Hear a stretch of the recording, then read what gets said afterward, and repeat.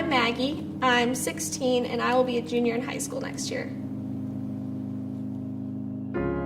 I remember my whole life dealing with depression. It had become something I was used to, almost kind of like a comfort zone, because I'd always felt that way. And for a while, like in elementary school, I don't really remember realizing there was something wrong. I assumed that everyone just felt that way, that wanting to die and hating yourself.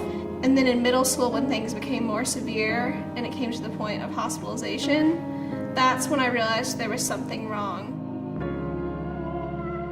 My freshman year in high school was the year where my depression really reached the highest point, and that's when all the thoughts of suicide really came in.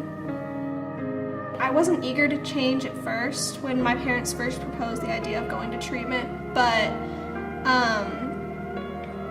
I guess there was a point when I realized I would look at other girls that were in treatment who had struggled with the same thing as me and had been like, I did feel this way at one point, and I realized that I could change, that it was possible, and I realized that if I wanted to change, I could start to live differently, and not only to solve my depression, but to be a better daughter, a better friend, a better sister, just to improve myself. I always felt like I was looked down upon for struggling with depression or what people knew, so I felt like I couldn't really tell people what was going on or share some of the things I'd struggled with, and I think it's easy to assume like no one's out there for me, I'm all alone, and when you finally really reach out to people and let people be there for you, you're not as alone as you think.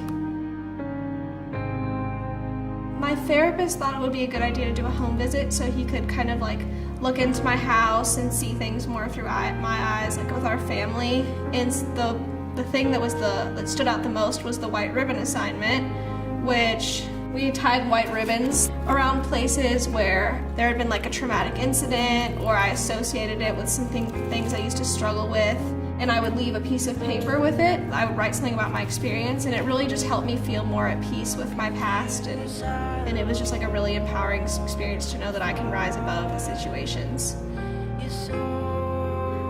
I honestly didn't ever think that I was going to get better. Even my parents, I think that they'd kind of given up on me to an extent. I think most people were just kind of accepting my low functioning for the way it was, and not only did I not see myself getting better, I didn't want to get better, but all it took was that decision to really start working. Some people might battle depression forever, but it doesn't mean you can't live a mostly happy life. If you are depressed or thinking about suicide, or know someone who is, know that help is available and help works.